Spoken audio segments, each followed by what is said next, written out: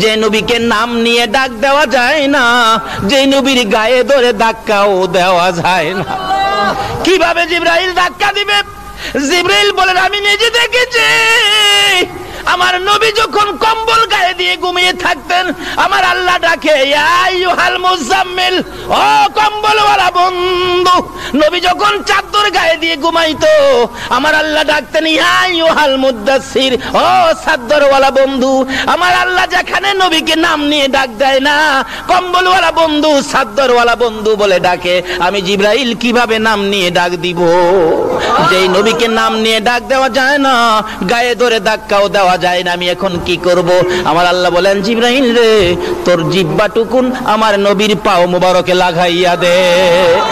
জিবরাইল নির্দেশ মতো জিহ্বা বাহির করে পাও মুবারকে লাগাইলে ঠান্ডা ঠান্ডা ভাব। নবীজির ঘুম ভেঙে গেলে আমার নবী বলেন, তাকাইয়া দেখি জিবরাইল আমার পায়ের পাশে বসা। প্রশ্ন করে ফেললেন, ও জিবরাইল, কি করেছো? আমার ঘুম কেন ভাঙ্গাইলি? কিভাবে ভাঙ্গাইলি? জিবরাইল বলেন, ইয়া রাসূলুল্লাহ, আপনি ঘুমাইলে ডাক দেওয়া যায় না, আপনি ঘুমাইলে ধাক্কাও দেওয়া যায় না। ওই যে দেখেন বুরাক অপেক্ষায় আছে আপনাকে নেওয়ার জন্য। হুজুর আল্লাহর বাড়িতে যাবেন, উঠেন, তাড়াতাড়ি উঠেন। আমাকে কিভাবে ঘুম ভাঙ্গালি? ঠান্ডা কি যেন লাগলো।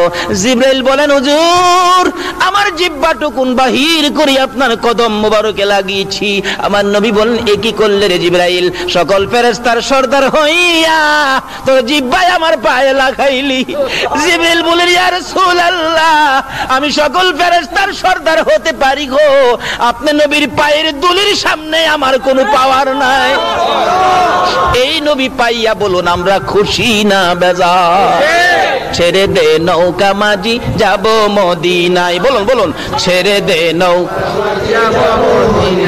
মদিনাতে কান্দে নবী উম্মতের মায়ায়, মদিনাতে কান্দে নবী।